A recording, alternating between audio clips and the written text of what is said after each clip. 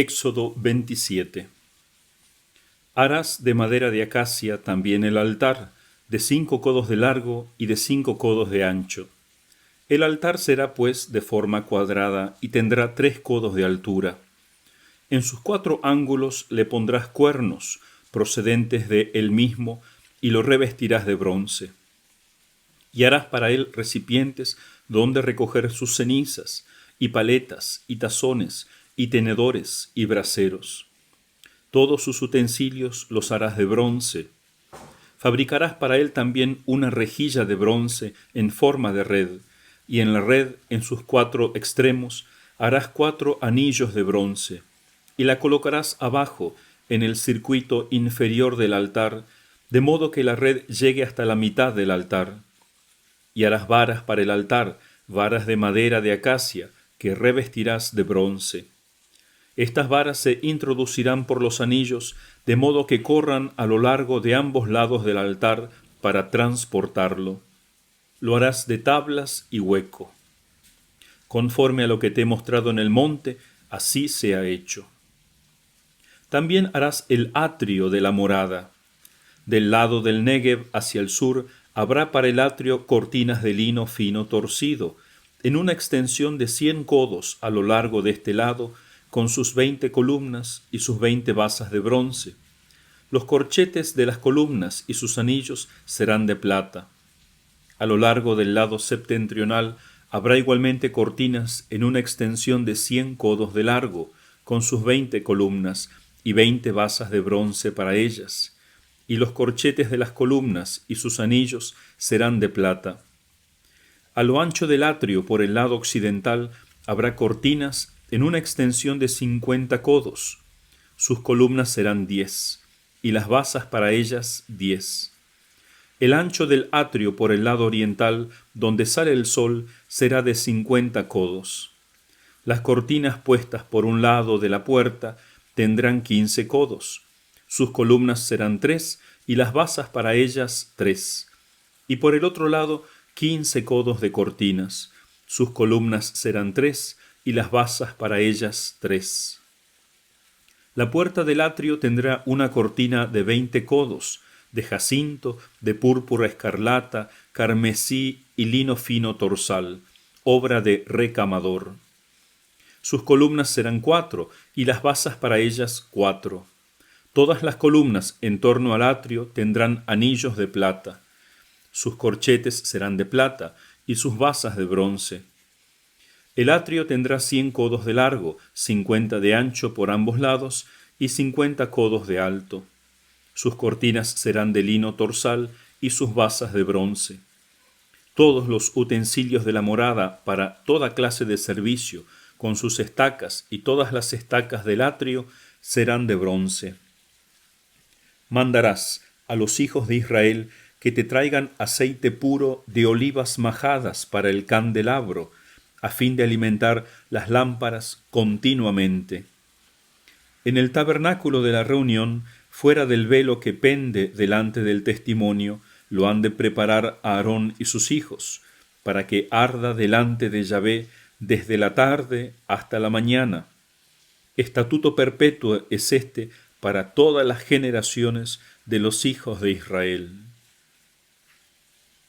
Palabra de Dios, te alabamos, Señor.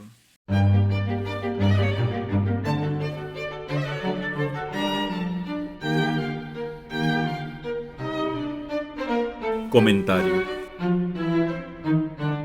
Este capítulo nos habla del altar, del atrio y del aceite para el candelabro. El altar. Sobre él se ofrecerían los sacrificios públicos y los privados. Los públicos, especialmente los 2 sacrificios diarios que había que hacer, uno a la tarde y uno a la mañana. Se sacrificaría un cordero.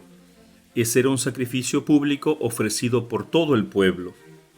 Y luego los sacrificios privados que cada persona debía traer, ya sea en acción de gracias, ya sea en penitencia por algún pecado, etc. El altar debía tener cuernos, 4 cuernos a cada uno de sus lados, hechos de bronce. Los cuernos, en el simbolismo bíblico, significan el poder de Dios. De hecho, el cuerno es el arma defensiva de los animales cornudos y que significa no solamente la defensa, sino la fortaleza para atacar, el poder, la protección. La vez pasada miraba un video donde una leona se echa sobre las espaldas de uno de estos animales cornudos con unos cuernos que parecían alfanjes, no eran rectos sino curvados hacia atrás. Así que bastó que el animal moviese la cabeza para atrás para hacerle daño a la leona, que inmediatamente dejó su presa. Entonces, los cuernos significan la protección. También en el Salmo 17, los primeros versículos, hermosamente el rey David canta: Te amo, Yahvé, fortaleza mía, mi peña, mi baluarte, mi libertador, Dios mío, mi roca, mi refugio, broquel mío, cuerno de mi salud, asilo mío, etc. Cuerno de mi salud o de mi salvación. Entonces, Dios también lucha por nosotros, es nuestra defensa, nuestra salvación. Los cuernos estos también servían para colgar las rejillas y todos los instrumentos que había que usarse para los sacrificios diarios. Los otros pueblos también tenían sus altares, y algunos de esos altares eran esencialmente cuernos de animales. Incluso los dioses paganos tenían frecuentemente cuernos en la cabeza. En segundo lugar, Dios manda construir el atrio. El atrio era una tienda abierta dentro de la cual se colocaba el tabernáculo o el santuario, y el resto del espacio era para que el pueblo penetrase allí a ofrecer los sacrificios por medio de sus sacerdotes. Este atrio medía 52 metros y medio de largo por 26 metros y un cuarto.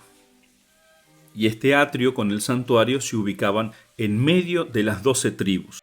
Las 12 tribus debían acampar rodeando el santuario. Dios estaba en medio de su pueblo.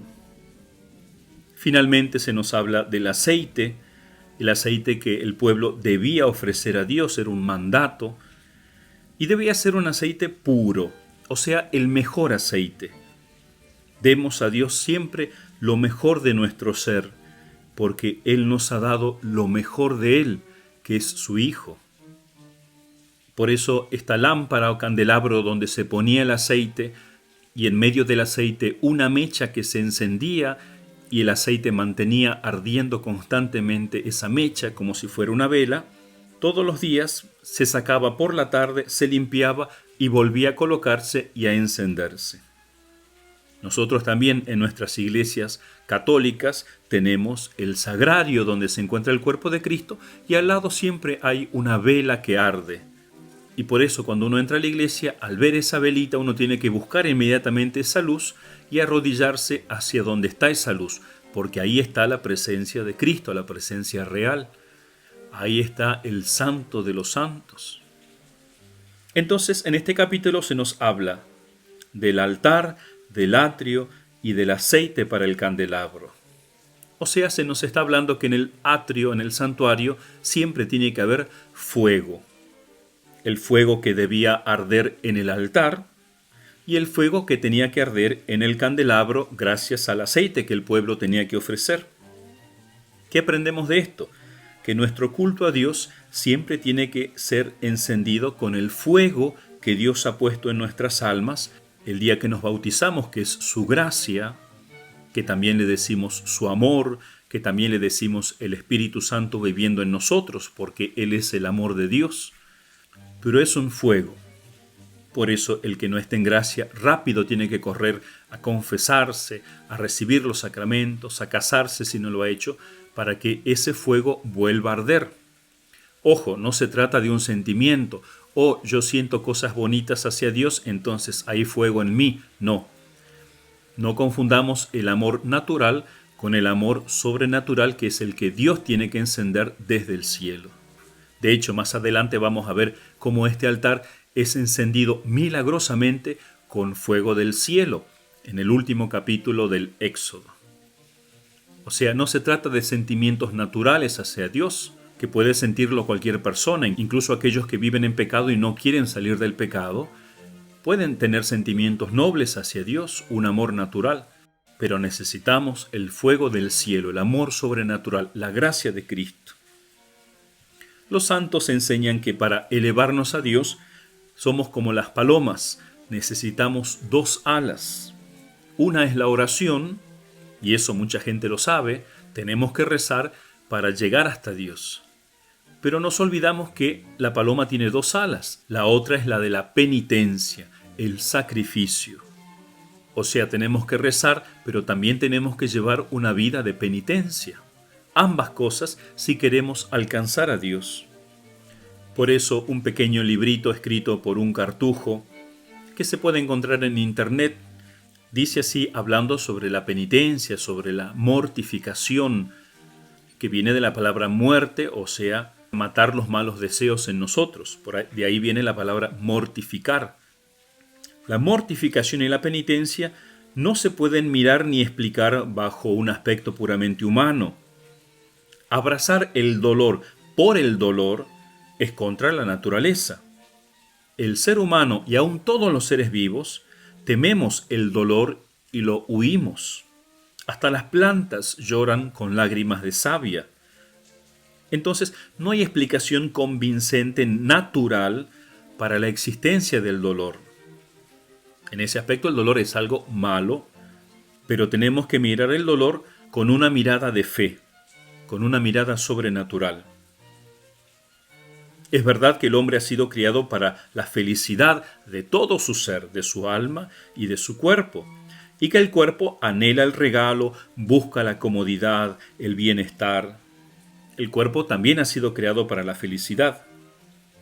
Pero la fe nos enseña que necesitamos mortificar el cuerpo, hacerlo sufrir, hacer penitencia, después del pecado original, después de que el demonio y el mundo han cobrado tanta fuerza para traernos tantas tentaciones a nuestra carne, que necesitamos la mortificación y la penitencia para conservarnos en la gracia de Dios, para que no se apague ese fuego sobrenatural. El que no hace penitencia, el que no se mortifica, tarde o temprano pierde ese fuego. Y eso lo ha enseñado la Iglesia siempre, lo ha enseñado nuestro Señor. Si no hacéis penitencia, todos igualmente moriréis, dijo Él claramente en el Evangelio. Lo necesitamos entonces, no solamente para conservar la gracia, dice este cartujo, sino para que triunfe el amor de Dios en nosotros. O sea, para que alcancemos la máxima unión con Dios en esta vida. Porque el amor de Dios es fuego y el sacrificio también es fuego. Un fuego aviva el otro fuego. El sacrificio que nos quema, que nos hace sufrir, a la vez mantiene encendido el fuego del amor divino. Y se queja este cartujo diciendo, en estos nuestros días se está haciendo propaganda hasta por hombres que se dicen estar consagrados a Dios y ser ministros de Dios, o sea, sacerdotes. Se está haciendo propaganda de esto, de que ni es necesaria ni aún es prudente hacer penitencia. O sea, no hace falta hacer penitencia, predican muchos. No es prudente hacer penitencia. Dios creó al hombre para que lo pasara lo mejor posible, predican. Que le diéramos el gusto a nuestro cuerpo. No quiere Dios que atormentemos nuestro cuerpo y hacer penitencia es atormentarlo.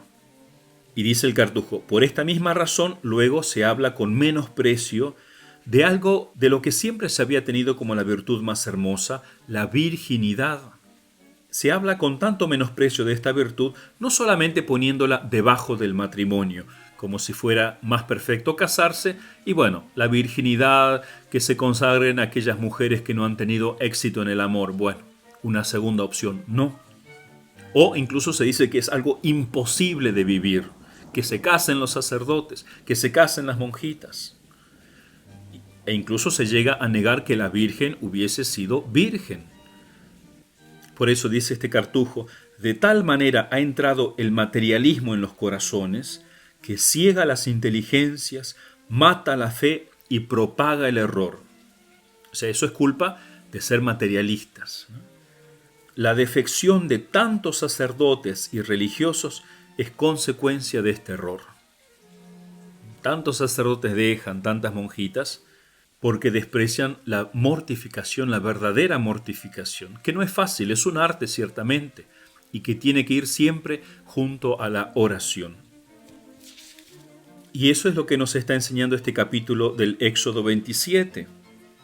La oración está simbolizada en el aceite que todo el pueblo tenía que ofrecer a Dios. Qué necios somos cuando nosotros postergamos la oración por la acción. No, tengo muchas cosas que hacer. Si al final del día me queda un tiempito, rezo, si acaso. O rezo apurado pensando más bien que necesitan mi acción y no tanto mi oración. Ambas cosas son necesarias e incluso nuestro Señor dijo que la principal es la oración. O sea, estar a los pies de Jesús y aprender de Él. Rezar como cada uno desea. Hay 1000 modos de rezar. Leyendo la Sagrada Escritura. Hoy que es el día de San Jerónimo, la Iglesia nos recuerda la importancia de alimentar nuestra oración con la Sagrada Escritura. Aprender a rezar con la Biblia. Que la Biblia nos preste las palabras, los sentimientos para rezar. Pasa que la oración también cuesta. También la oración es una acción muy intensa, una acción espiritual, no corporal. Y así como nos da pereza trabajar, hacer deporte, con más razón nos da pereza ir a rezar, porque es una acción espiritual muy fuerte, que a veces es muy deleitosa a la vez y a veces no se siente nada, pero hay que rezar. Hay que ofrecer a Dios nuestra acción de gracias, nuestra alabanza, alabar su majestad, nuestra petición pidiendo cosas que necesitamos nosotros, el prójimo, y pidiendo perdón de nuestros pecados, de los pecados del prójimo. Hay que hacer eso todos los días, con ganas o sin ganas.